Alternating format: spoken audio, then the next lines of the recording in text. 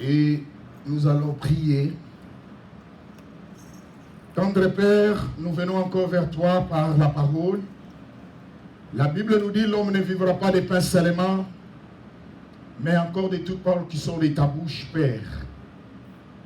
Seigneur, parle-nous et enseigne-nous pour le salut de nos âmes.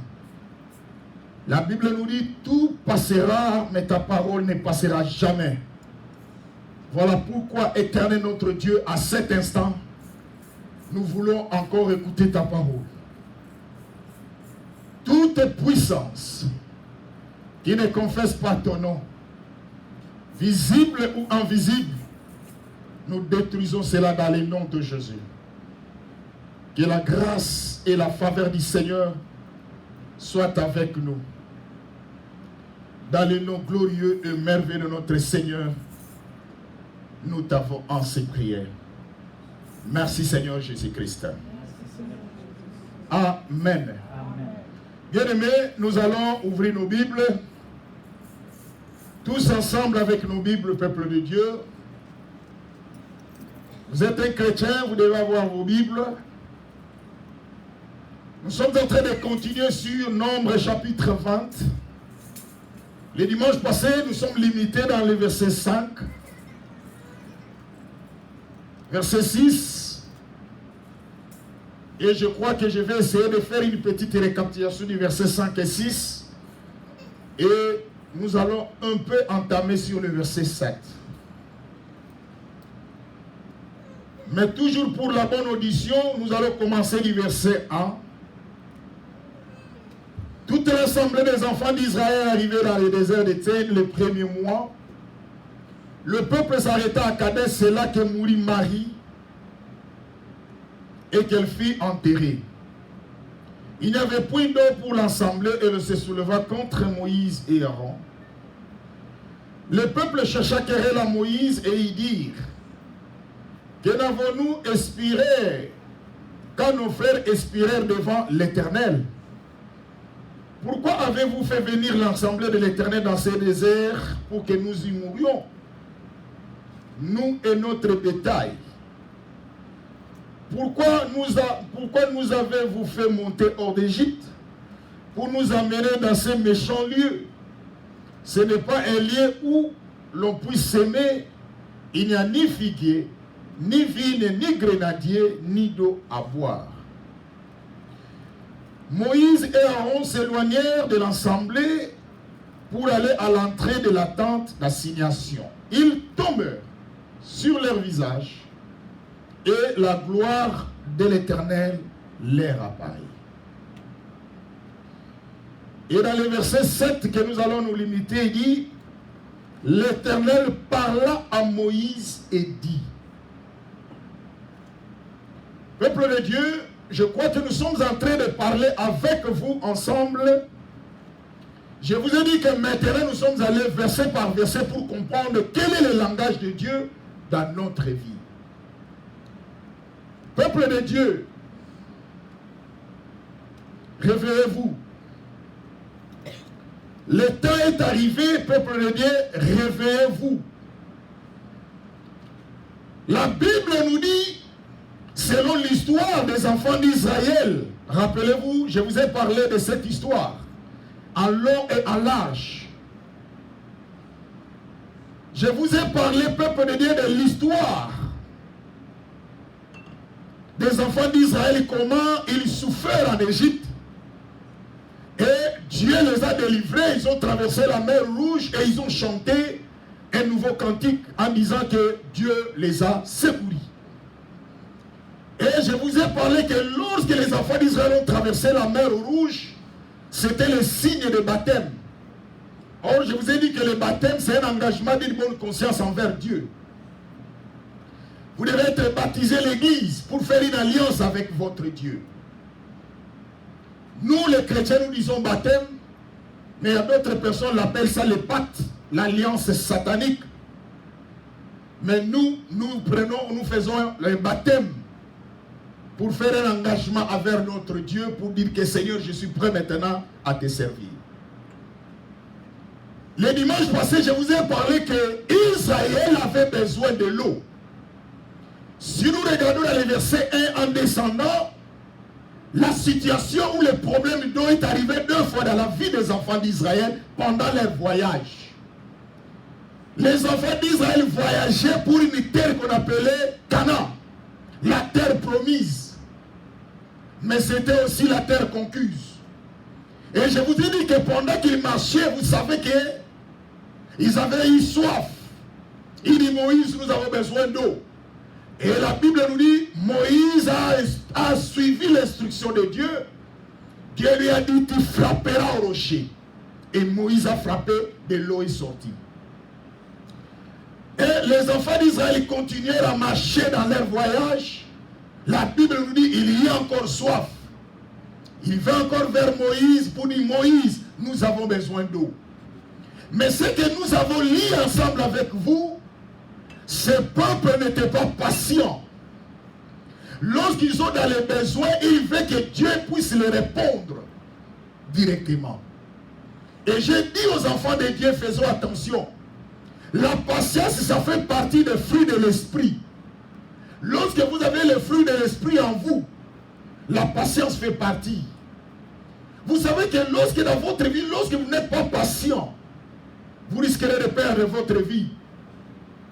Parce qu'aujourd'hui, le diable a compris qu'il faut mettre dans le cœur de plusieurs des enfants de Dieu manque de patience. Et je vous ai dit que la Bible nous dit à chaque chose il suffit sa peine. Nous devons savoir que peuple de Dieu, si aujourd'hui l'autre est béni, soyez patients. Aujourd'hui c'est son jour, mais demain ça peut être aussi ton jour. Et c'est pour cela que j'ai toujours l'habitude de dire aux enfants de Dieu, lorsque ton frère est béni, ta soeur est bénie, il faut être content et d'accord. Il faut soutenir la bénédiction de l'autre. Parce que le jour viendra, ça sera aussi ta bénédiction. Et Dieu fera aussi que les autres soient aussi de ton côté pour te soutenir. Regardez les enfants d'Israël, ils manquèrent la patience. Il dit Moïse, nous avons besoin d'eau. Et la Bible dit que le peuple est allé plus loin. Même à chercher querelle contre Moïse. Ce sont des catégories de gens que nous avons aussi. Qui ne sont pas patients et brutaux. Vous savez, dans la vie, lorsque vous êtes un matérialiste, il faut prier le Seigneur de vous délivrer. Un matérialiste est qui?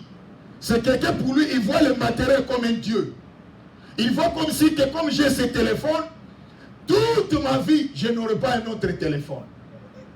Il voit comme si les habits qu'il a aujourd'hui, toute sa vie, il n'aura pas encore d'autres habits. C'est ça qu'on appelle un matérialiste. Lorsqu'il te donne quelque chose, il est mal à l'aise, il faut que tu le fasses retourner vite. C'est ça qu'on appelle un matérialiste. Un jour, je vous ai parlé de l'histoire d'un homme. Le neveu, c'est-à-dire moi j'étais le neveu de mon oncle, mon cousin. Son père qui était mon oncle m'a remis un téléphone. Ce n'est pas lui qui m'a remis ça, mais c'est son père. Il n'était pas patient. Le monsieur en question voulait toujours que je fasse retourner ce téléphone. Or, la personne qui me l'a donné ne s'inquiète de rien. Et moi, comprenant sa pensée, et j'ai lu entre les lignes, j'ai compris que cet homme a besoin de ce téléphone. J'ai enlevé la carte SIM et je lui ai remis le téléphone. Et aujourd'hui, bien aimé, laisse-moi vous dire, le téléphone que j'ai aujourd'hui, ce n'est plus ce téléphone que j'ai remis. Pour vous dire, dans la vie, bien aimé, ne limitez pas votre vie. Il faut être confiant et sûr. Si Dieu vous a placé sur cette terre, il y a une bonne raison que Dieu vous a placé sur cette terre. Vous êtes une femme, soyez patient. Dieu sait qu'un jour, il vous enverra quelqu'un qui sera autour de vous pour vous consoler en tant qu'une femme. Vous êtes un homme, soyez patient. Dieu sait pourquoi il vous a placé. Il y a des choses dans le dictionnaire de Dieu qui n'existent pas. C'est le mot hasard et chance. Bien aimé, nous ne sommes pas le fruit d'hasard, mais nous sommes le fruit de la volonté de Dieu. Parce que la Bible nous dit que c'est Dieu lui-même qui a dit il n'est pas bon que l'homme soit seul. C'est Dieu lui-même qui a compris et qui a vite compris qu'il faut créer l'homme à son image et selon sa ressemblance. Regardez dans le verset 6. La Bible nous dit Moïse et Aaron s'éloignèrent de l'assemblée pour aller à l'entrée de la tente d'assignation. Ils tombèrent sur leur visage et la gloire de l'Éternel leur apparut. Pourquoi le verset 6 va intervenir?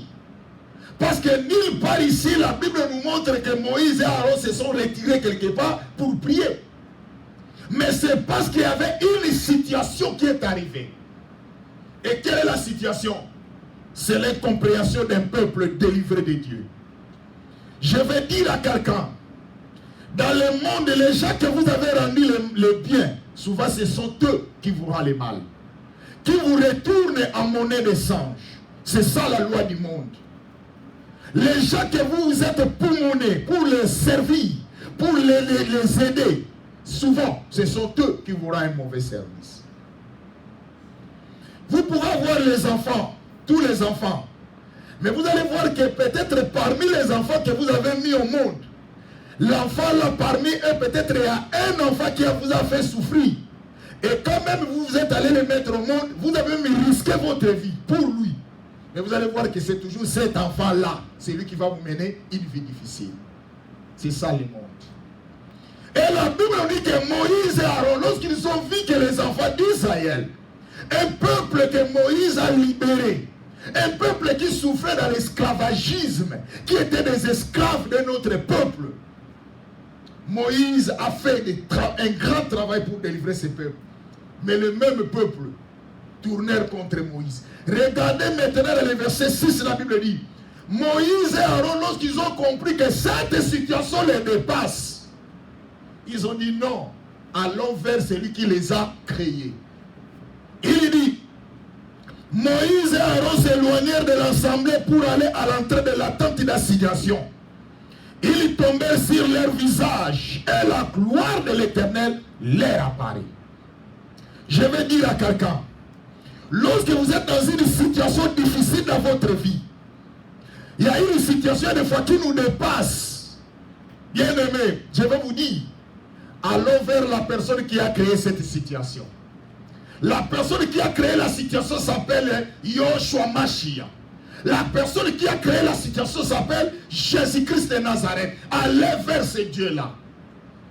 Quel est le problème qui te dépasse? Allez vers celui qui l'a créé.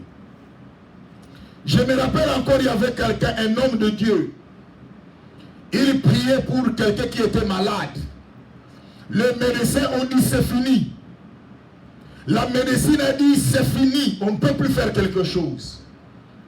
Et on a amené la malade devant un homme de Dieu, la personne qui était malade. Et lorsqu'on l'a amené devant l'homme de Dieu, on lui a dit, cette situation, les médecins ont dit c'est fini. Et l'homme de Dieu s'est agenouillé et commence à prier. J'aimais la prière de cet homme de Dieu. Il dit, Seigneur, je sais que les médecins se sont limités. Mais lorsque l'homme limite, c'est alors que toi, Dieu, tu commences. Il dit, Seigneur, rappelle-toi, lorsqu'une voiture qu'on appelle Mercedes ou Toyota, il est tombé en panne, on amène la voiture, la marque de cette voiture à le concepteur, celui qui l'a conçu. Il remplace les autres pièces d'échange. Seigneur, je crois que dans ce corps aussi, il y a des pièces de rechange parce que c'est toi qui l'as créé. Et je veux que le Dieu Tout-Puissant, que tu prennes les pièces de rechange qui se trouvent dans tes mains et que tu remplaces dans le corps de celui qui est malade et que cet homme soit guéri à l'instant.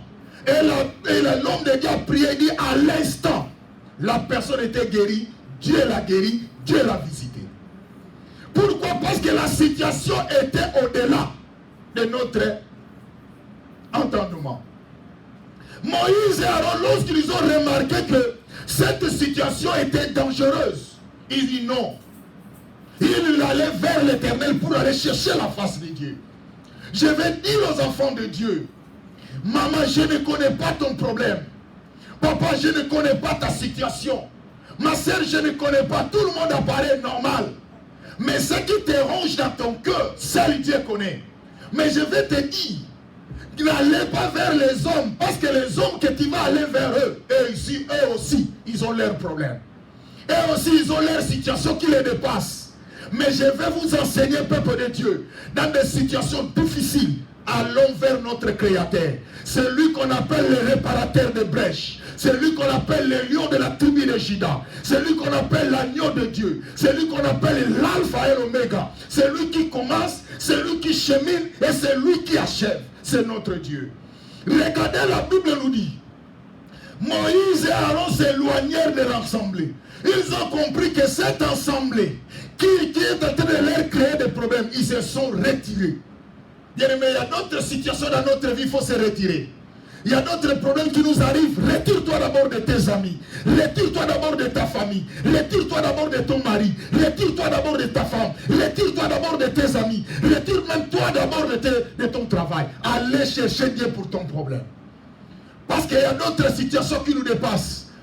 Ni ton ami, ni tes amis, ni ton travail, ni ton mari, ni ta femme, ni tes enfants peut te donner la solution. Mais il y a quelqu'un que tu es en train d'oublier, qui est à côté de toi, qui marche avec toi. Il peut te donner la solution si seulement tu te retires des autres personnes. Voilà pourquoi la Bible nous dit notre Dieu c'est un Dieu jaloux. Il a dit vous n'aurez pas d'autre Dieu devant ma face. Car moi Dieu je suis un Dieu jaloux. Et la Bible ajoute, lorsqu'ils se retirent de l'assemblée, ils sont allés à l'entrée de la tente d'assignation. La tente d'assignation, c'était une tente que Israël avait construite pour chercher Dieu. C'est-à-dire, c'est là où résidait, où on mettait le tabernacle et la présence de Dieu. Ils ont compris que dans d'autres situations, il faut aller vers l'Éternel. Regardez dans le verset, Marc chapitre 1, verset 35. Dans Marc chapitre 1, verset 35. Jésus-Christ, c'est lui le modèle par excellence. Bien-aimé, c'est vraiment merveilleux avec notre Dieu. La Bible nous dit dans Marc chapitre 1, verset 35. Regardez, c'est vraiment merveilleux. Dans Marc chapitre 1, verset 35. La Bible dit vers le matin, pendant qu'il faisait encore très sombre, il s'éleva et sortit pour aller dans un lieu désert où il pria. Bien-aimé, le Seigneur notre Dieu, si vous remarquez que la Bible dit très tôt le matin, il se réveilla pour aller dans un lieu désert. Il se retire même de ses disciples. Est-ce que dans notre vie, nous avons l'esprit de retraite? C'est-à-dire la retraite. Quand nous organisons des séries de prières, combien parmi nous se pointent pour prier? Regardez Jésus, c'est lui le modèle par excellence. C'est lui. Regardez les résultats de Jésus lorsqu'il s'est retiré dans Marc chapitre 1, verset 35. Regardez dans le verset 39, ce qui s'est passé. Et il alla prêcher dans les synagogues, par toute la Galilée. Et il chassa les démons. Vous avez vu dans le verset 39. Dans le verset 35, il va se retirer pour prier. Et dans le verset 39, c'est le résultat de la prière. Il allait prêcher et il chassa les démons. Bien aimé, la Bible ne nous parle pas, il chassa les démons, après il alla dans la prière. Non. Le Seigneur s'est retiré dans la prière pour chercher la face de Dieu, pour se redynamiser, pour avoir la force spirituelle. Bien aimé, je veux vous dire que notre combat n'est pas physique. C'est pour cela que vous voyez que vous êtes des enfants de Dieu. Vous êtes une fille. La façon dont le combat vous arrive dans la vie est différente des autres filles. Pourquoi? Parce que vous êtes de Dieu. Vous avez une étoile dans votre tête. C'est ce qui vous différencie des autres. Vous êtes un chrétien. La Bible dit que Moïse et Aaron, lorsqu'ils se sont retirés de l'assemblée, ils sont allés prier. Chercher la face de Dieu. Je suis en train de parler aux enfants de Dieu. Nous avons les influences pharaoniques qui sont en train de nous suivre. Mais retirons-nous de la prière et une prière sincère. Lorsque vous allez vous retirer de la prière, voilà les résultats. Jésus a démontré les résultats de sa prière. Prêcher la parole, chasser les démons.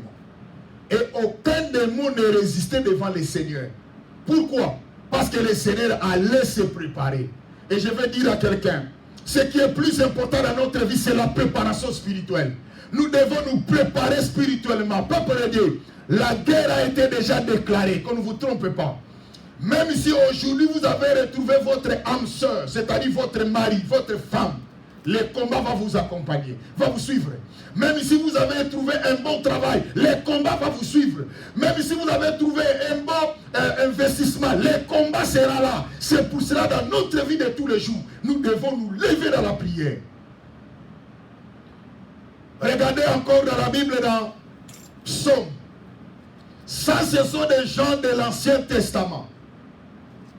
Parce que l'Ancien Testament était l'Ancien Testament de l'époque de Jésus.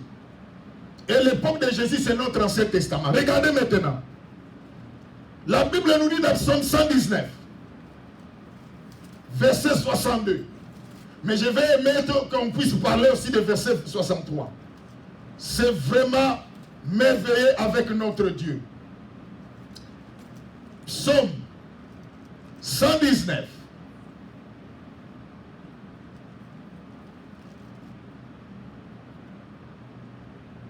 Dans Psaume 119,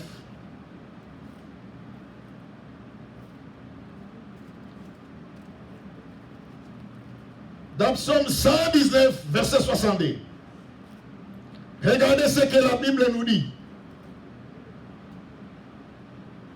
Il dit, d'abord commençant du verset 62, il dit, au milieu de la nuit, je me lève pour te louer à cause du jugement de ta justice. Là, c'est David qui parle. Donc, David s'est réveillé la nuit pour prier. Et quand j'ai fait le calcul, selon le calendrier juif, au milieu de la nuit que David est en train de parler ici, c'est 3 heures du matin. Et lorsque j'ai lu aussi Marc chapitre 1, verset 35, j'ai calculé selon le calendrier. C'est vers 3 heures du matin. Et regardez dans le verset 63. D'abord dans le verset 62, il parle au milieu de la nuit, je me lève pour te louer à cause des jugements de ta justice. Est-ce que vous savez que seulement la justice de Dieu, c'est un jugement pour nous?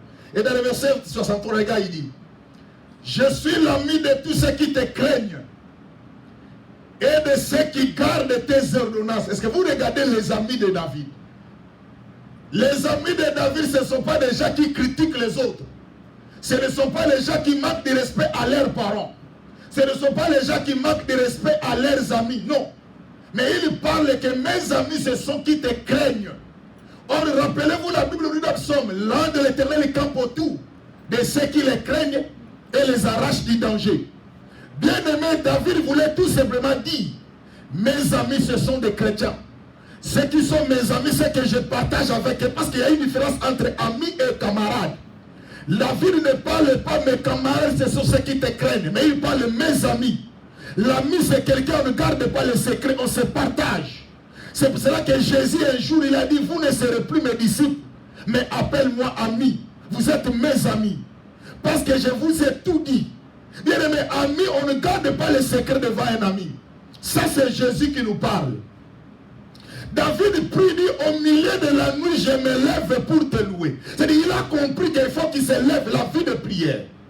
Parce qu'il savait que dans des situations difficiles, il faut prier. Est-ce que je pose la question aux enfants de Dieu? Regardez, les enfants d'Israël étaient là. C'était facile pour eux. C'était très facile pour se chamailler. La Bible dit, Moïse et Aaron ont compris qu'il faut aller vers l'Éternel. Il faut aller chercher Dieu. Parce qu'ils ont compris que la situation était critique. Mais vous savez, nous, lorsque nous sommes dans des situations critiques, qu'est-ce que nous faisons? Nous allons nous déplacer pour aller vers les amis, pour leur parler de votre problème, pour leur expliquer de votre situation. Au contraire, la personne ne vous donnera pas la solution. La personne ne va pas vous répondre convenablement, mais lui va prendre encore votre histoire que vous venez de lui raconter. Il va aller propager aux autres. C'est pour cela, peuple de Dieu, Moïse et Aaron étaient devant une situation difficile. Ils ont compris que notre intelligence est au bout. Nous sommes au bout de notre force. C'est pour cela que David a dit dans Psaume 23, regardez, dans Psaume chapitre 23, Psaume chapitre 23, nous allons lire ensemble avec vous. Psaume chapitre 23, Dans le verset 1 en descendant, cantique de David. L'Éternel est mon berger. Je ne manquerai de rien. Il me fait reposer dans le vert pâturage. Il me dirige près des eaux paisibles. Il restaure mon âme. Il me conduit dans les sentiers de la justice à cause de son nom. Quand je marche dans la vallée de l'ombre de la mort, je ne crains aucun mal, car tu es avec moi. Ta houlette et ton bâton me rassurent. Tu dresses devant moi une table en face de mes adversaires. Tu oins d'huile ma tête et ma coupe déborde. Oui, le bonheur et la grâce m'accompagneront tous les jours de ma vie. Et j'habiterai dans la maison de l'Éternel jusqu'à la fin de mes jours. Bien aimé, ce qui est merveilleux, ça c'est David qui parle. Il dit, j'habiterai dans la maison de l'Éternel jusqu'à la fin de mes jours. Qui connaît la fin de ses jours? Bien aimé, le diable est en train de nous tromper. Il y a des fois lorsque nous sommes devant la télé, lorsque nous sommes devant le travail, lorsque nous sommes devant l'argent, lorsque nous sommes devant la nourriture, lorsque nous sommes devant les habits, nous oublions l'existence de Dieu. Mais combien de personnes sont en train de laisser tout ça? Et les autres personnes qui sont en train de récupérer ça. Et je vous ai parlé un jour, j'ai fait l'expérience devant un deuil. J'ai prêché la parole, on m'a demandé de prêcher. Quand je commence à prêcher, j'ai demandé à tout le monde. C'était la pédagogie que j'ai utilisée. J'ai demandé à tout le monde qui était là-bas, j'ai dit, regardez-moi.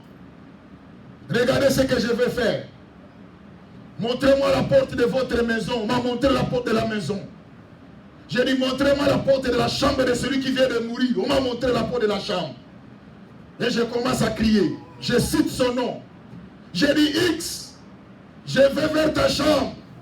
J'entre déjà à la maison. Je suis à l'intérieur de ta chambre. Je suis en train de regarder dans tes garde-robe. Je récupère tes habits. Et j'ai récupéré un de ses habits. J'ai sorti avec. Personne ne m'a suivi. Et je les ai dit, vous avez vu, j'ai récupéré tout ce qui lui appartient. Mais il n'a fait rien. Pour vous dire, c'est fini pour lui. C'est toi qui es resté. Prépare ta vie. Bien aimé dans le Seigneur, je vais dire à quelqu'un, les enfants d'Israël, ils cherchaient querelle contre Moïse. Moïse et Aaron dit non, allons vers Dieu pour que Dieu donne la solution. Bien aimé, il y a d'autres problèmes. Toi, tu n'es pas capable de résoudre tout le monde. Vous savez, le monde cherche que nous puissions les satisfaire tous. Mais je vais dire à quelqu'un, c'est impossible de satisfaire tout le monde. Laissez Dieu prendre soin de ses créatures. C'est seul Dieu qui peut satisfaire tout le monde. Mais toi et moi, nous sommes incapables. Et la Bible nous dit, lorsque les enfants d'Israël, Moïse et Aaron, lorsqu'ils sont allés, la Bible dit, ils tombèrent sur leur visage et la gloire de l'Éternel leur apparut. Ils ont vu la gloire de Dieu. Bien-aimés, la gloire de Dieu, je vous ai parlé, c'est la bénédiction. La gloire de Dieu, c'est la réponse. Regardez dans le verset 7. Quand la Bible dit, la gloire de Dieu leur apparut. Regardez maintenant la gloire dans le verset 7. L'Éternel parla et Moïse et dit. Ce qui est curieux, c'est quoi? Dans le verset 7, la Bible dit, l'Éternel parla à Moïse et dit. Retournons ensemble dans le verset 6. Regardez le verset 6 en haut. La Bible parle de Moïse et Aaron. Il y a le verbe de conjonction de coordination.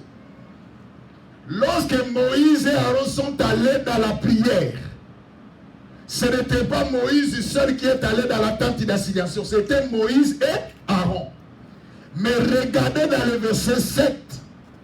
C'est le nom de Moïse qui est cité, pas le nom d'Aaron. Peuple de Dieu, faisons attention. Vous pouvez aller tous ensemble dans la présence du Seigneur. Mais il y a une personne qui va être répondue. Parce que ici, c'est Moïse et Aaron sont allés. Mais Dieu parle à Moïse. Dieu cite le nom de Moïse. Bien aimé, ça c'est un mystère. C'est pour cela que vous voyez les gens venir à l'église.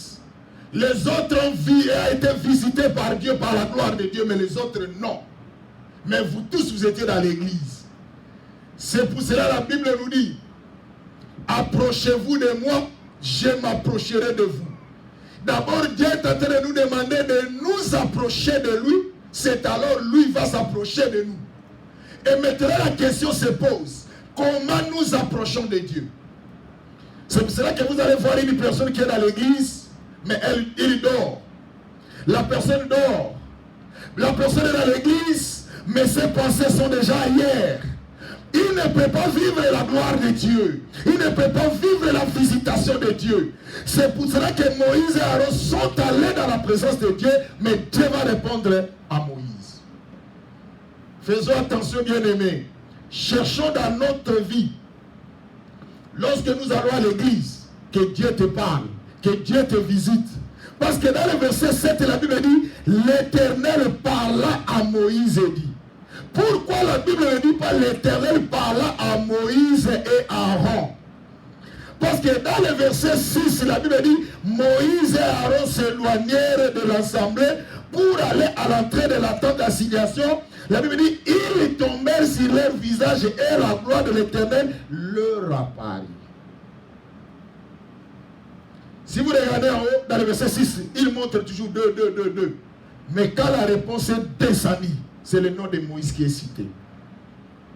Tout le monde veut que son nom soit cité dans la bouche de Dieu. Mais il y a un sacrifice. Peuple de Dieu, Moïse et Aaron sont allés dans la présence. Mais quand la descente, la réponse est venue, Dieu va citer le nom de Moïse, pas le nom d'Aaron. Faisons attention, peuple de Dieu. Je ne suis pas ici de parler que Dieu n'a pas vu Aaron, non. Mais je suis en train de vous montrer qu'il y a une différence dans la vie d'Aaron et la vie de Moïse. Les influences sont en train de nous suivre.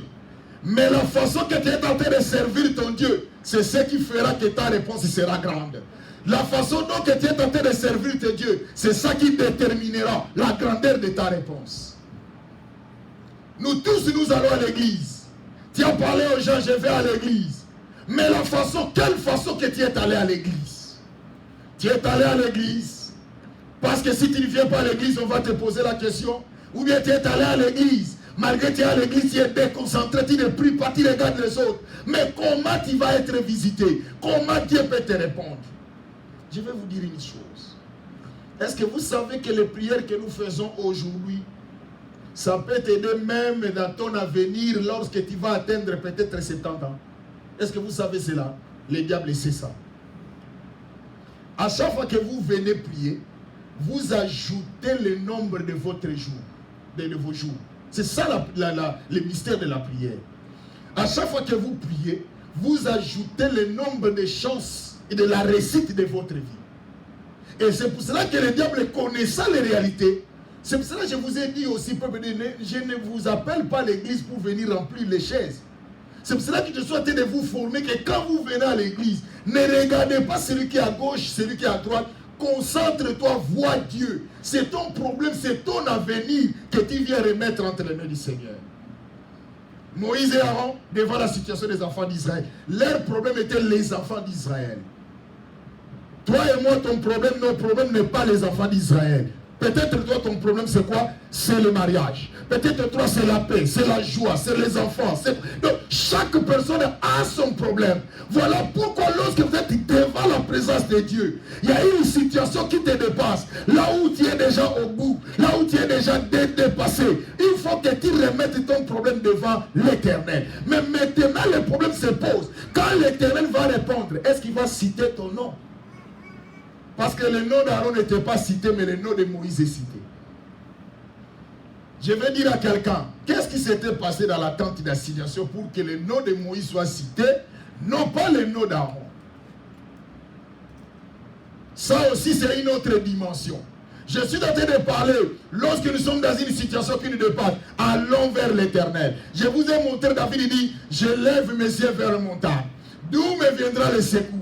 Il a parlé de la cantique de David. Il dit, l'Éternel est mon berger, je ne manquerai de rien. Il me fait reposer dans le vert pâturage. Il dirige près des eaux paisibles.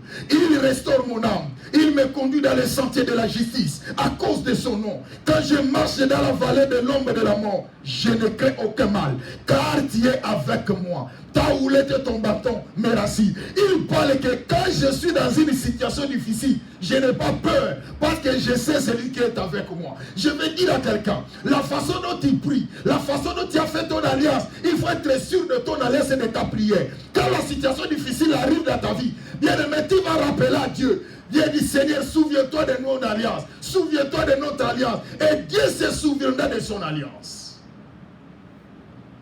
Vous savez la vie de la père de Jean-Baptiste et la maman de Jean-Baptiste, ainsi que le nom de Jean-Baptiste. C'était un couple vraiment merveilleux.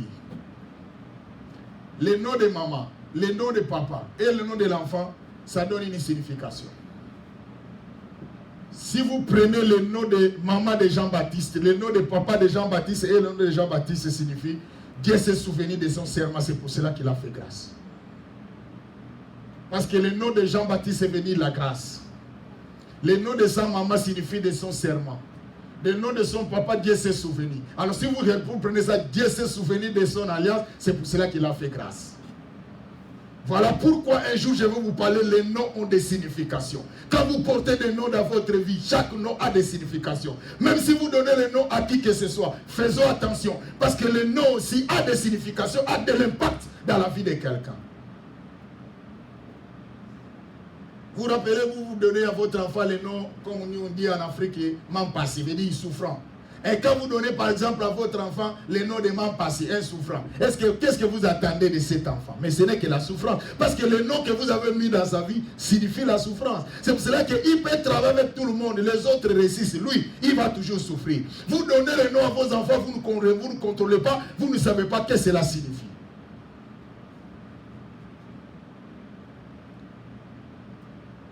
Moïse et Aaron tombèrent devant la face et il pria. Ma soeur, quel est le problème qui te dépasse? Peut-être dans ta vie, tu es très faible dans quelque chose. Mais ça te dépasse. Vous savez, il y a d'autres personnes devant l'argent, ils sont très faibles. Il y a d'autres personnes devant la nourriture, ils sont très faibles, ils perdent contrôle. Ce n'est pas toi. Malgré la nourriture est là, mais tu perds contrôle. C'est une situation qui te dépasse, il faut que tu cherches Dieu. Il y a d'autres devant les femmes, ils sont très faibles. Il y a d'autres devant les hommes, ils sont très faibles. Il faut que tu cherches Dieu dans ta vie. C'est une situation dangereuse. Un jour, ça va t'écouler. Lorsque nous sommes dans une situation faible, cherche le Seigneur. David dit, au milieu de la nuit, je me lève pour te louer, à cause du jugement de ta justice. Il sait que seulement la justice de Dieu, c'est un jugement. Vous savez que Dieu est juste. C'est seulement la justice de Dieu, c'est un jugement qui nous attend. Peuple de Dieu, réveillez-vous. Quelle est la situation qui vous dépasse? Allez vers l'Éternel avec une sincérité de cœur. Parce que si je suis en train de parler le verset 7, la Bible dit, l'Éternel parla à Moïse. Or, c'est Moïse et Aaron étaient là. Pourquoi l'Éternel n'a pas cité Dieu parla à Moïse et Aaron, mais Dieu parla à Moïse? Parce que Moïse était le leader.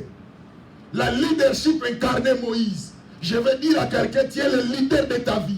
C'est toi qui incarnes la solution de ta famille. C'est toi qui incarnes la solution de tes enfants. C'est toi qui incarnes la solution de ton mari, de ta femme. C'est toi qui incarnes la solution de tes projets. Voilà pourquoi quand tu es le leader, ne fais pas de blagues. Parce que derrière toi, il y a des gens qui sont sauvés. Derrière toi, il y a des gens qui vont recevoir le salut. C'est pour cela que la Bible nous dit, crois au Seigneur Jésus-Christ, tu seras sauvé, toi et ta famille. C'est toi qui es le leader de ta famille. Lorsque tu es le leader, tes sacrifices ne sont pas les mêmes avec les sacrifices des autres.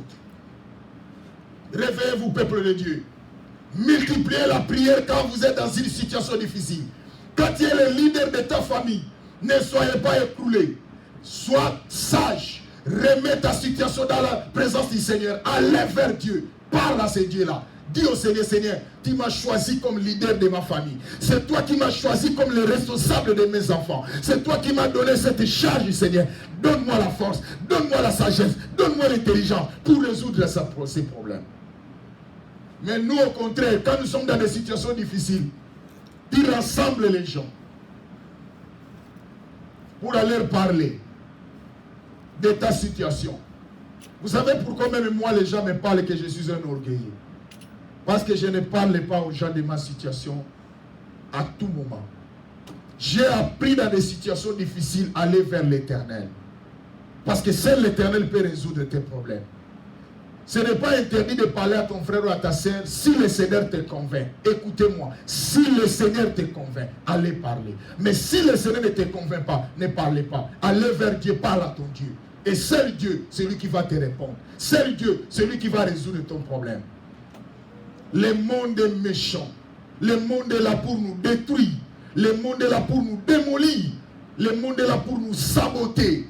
Voilà pourquoi Moïse était devant une situation difficile. Ils ont dit, Seigneur, cette situation nous dépasse. Nous ne sommes pas capables. Tu nous as donné la charge. Même moi qui vous parle, attaquez votre pasteur. Il y a des situations qui me dépassent. Bien aimé, je n'ai pas le choix. Je vais vers ce Dieu-là pour chercher la face de Dieu. Combien parmi nous cherchent la face de Dieu dans des situations difficiles?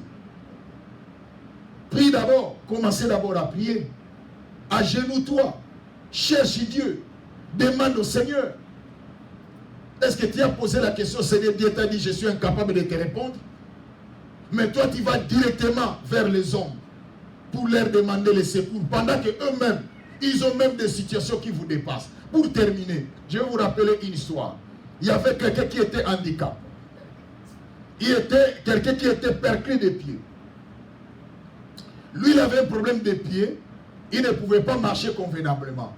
Mais chaque fois, malgré qu'il était handicapé, ça lui dérangeait chaque jour dans sa vie.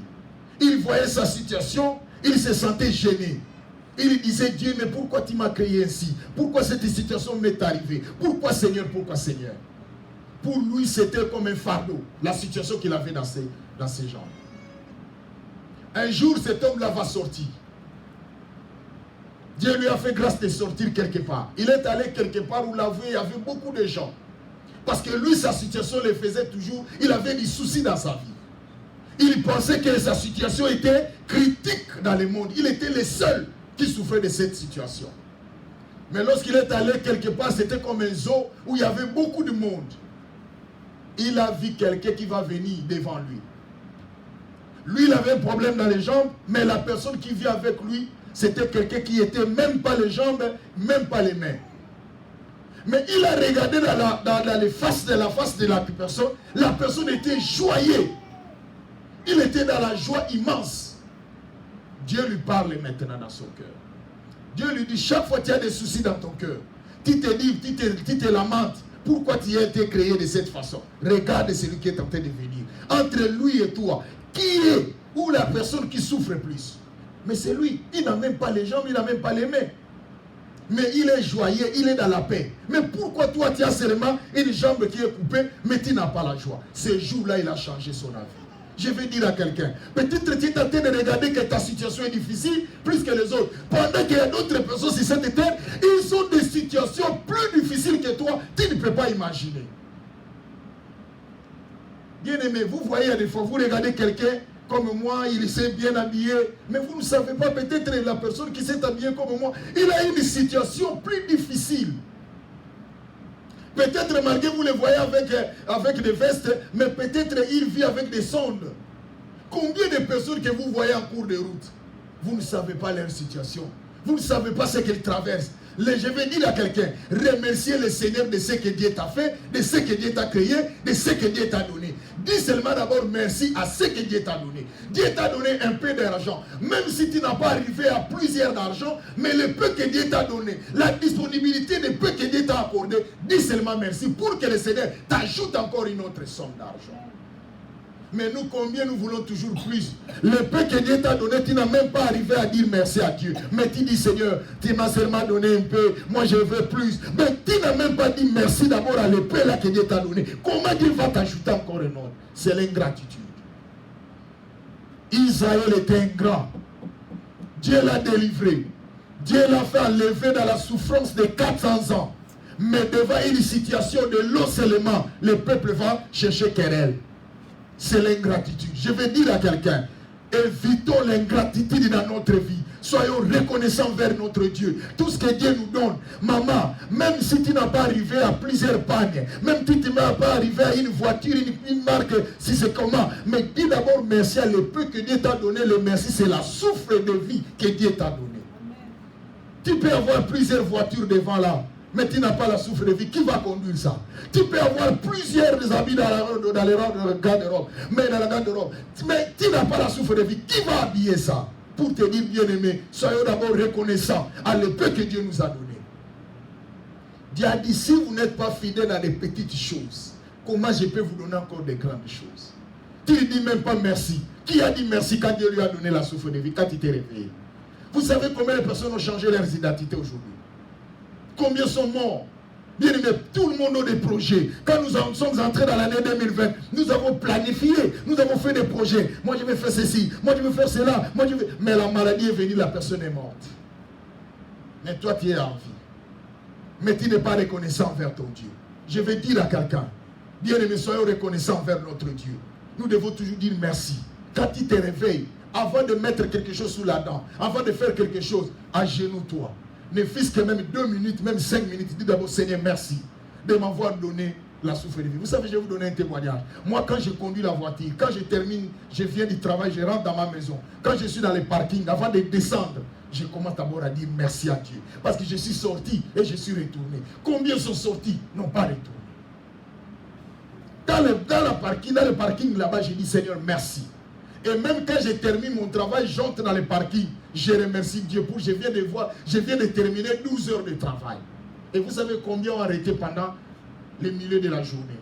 Ils ont demandé la permission, ils vont rentrer parce qu'ils ne se sentent pas bien. Mais toi, Dieu t'a donné la force. Et Dieu t'a accordé. Bien-aimés, soyons reconnaissants envers notre Dieu. Lorsque nous sommes reconnaissants dans les petites choses, c'est alors que Dieu va encore prévoir de grandes choses dans notre vie. Je suis en train de vous former, peuple de Dieu. Même si vous n'êtes pas ici, même si vous ne venez pas prier ici, mais même dans vos maisons, vous devez apprendre à prier. Ça va vous aider dans l'avenir.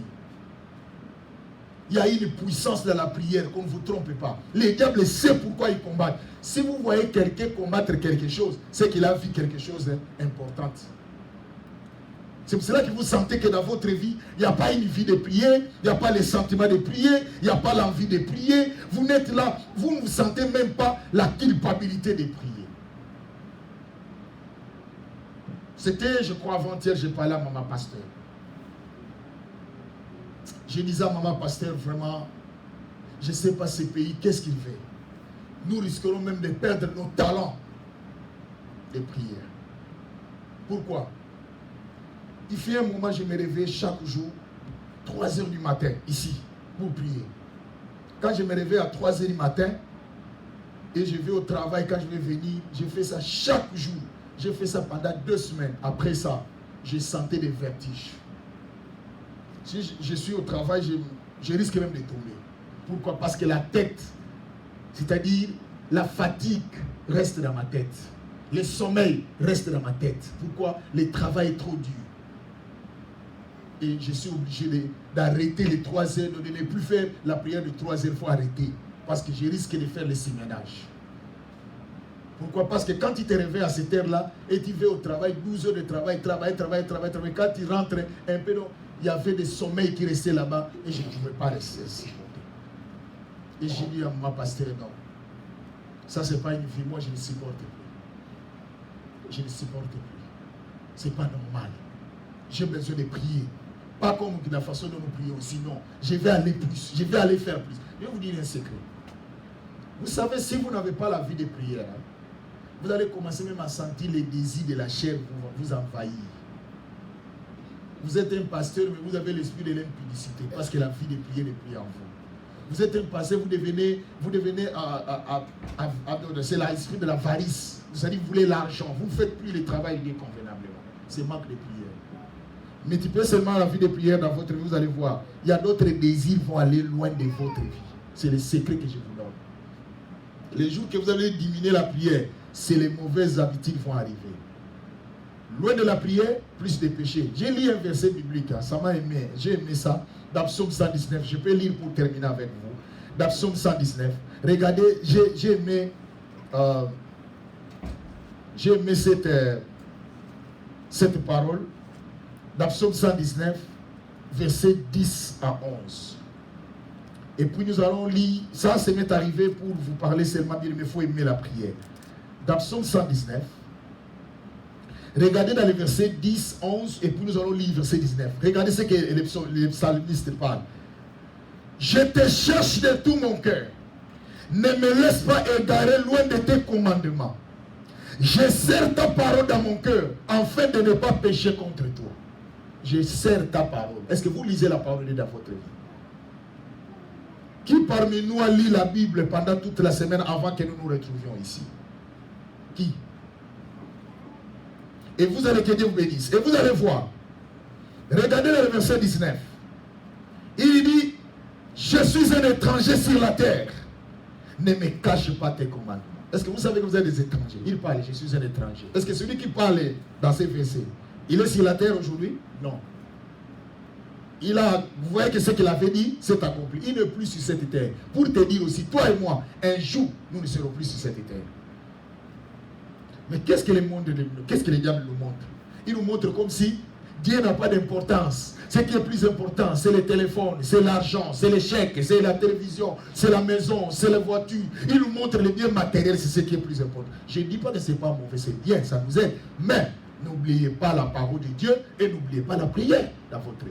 C'est pour cela que vous voyez dans l'église ici, je vous apprends toujours à prier. Et à voir vos Bibles, à lire la parole de Dieu, ça va vous aider. Moi, je fais le travail spirituel. Et vous serez forts. Voilà, peuple de Dieu, nous allons prier. Nous allons fermer nos yeux. Je veux que tu parles au Seigneur. Ce qui te manque, ferme tes yeux, parle à Dieu. Dis, Seigneur, je veux te voir dans ma vie. Dis, Seigneur, je veux vivre ta main puissante dans ma vie. Bien-aimé, parle à Dieu selon la parole de Dieu. Dans le nom de Jésus, prions le Seigneur.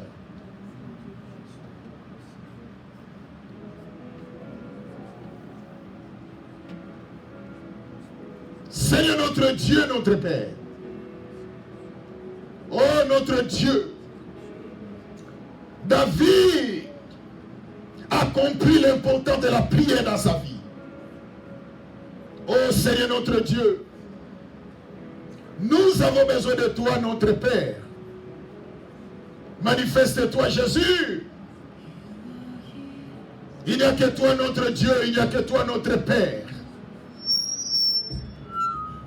Il n'y a que toi, Jésus. Il n'y a que toi, notre Dieu. Manifeste-toi, Jésus. Yahweh, nous voulons vivre ta main puissante. Seigneur, nous avons besoin de ta grâce. Oh Seigneur, Yahweh, donne-nous la vie de prière. Donne-nous la vie de prière, Père. Donne-nous la vie de prière, Papa. Donne-nous la vie de prière, Jésus. Pour que nous puissions encore aller dans la profondeur. Jesus. Accorde-nous ta grâce. Accorde-nous ta grâce, Papa. Yahweh, j'ai compris dans ma vie. J'ai passé du temps inutilement devant les amis, devant des choses inutiles. Oh Seigneur, mais j'avais oublié l'importance de ma vie et de accorde-nous ta grâce. Accorde-nous ta grâce, Père.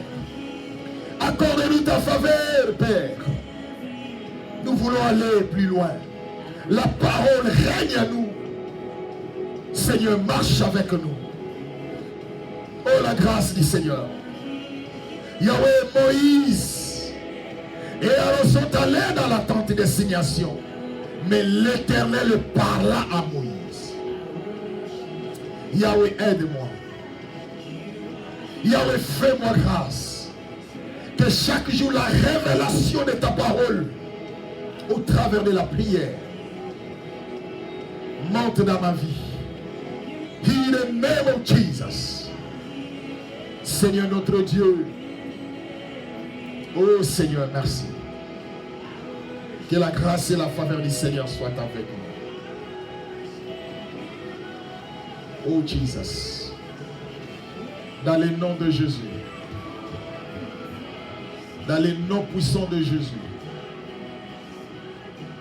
Toute puissance qui ne confesse pas ton nom, visible ou invisible, nous détruisons cela dans le nom de Jésus. Que la grâce et la faveur du Seigneur soient avec nous. Dans le nom de Jésus. Nous t'avons ainsi prié. Merci Seigneur Jésus-Christ. Amen. Nous acclamons très fort pour notre Seigneur. Que Dieu soit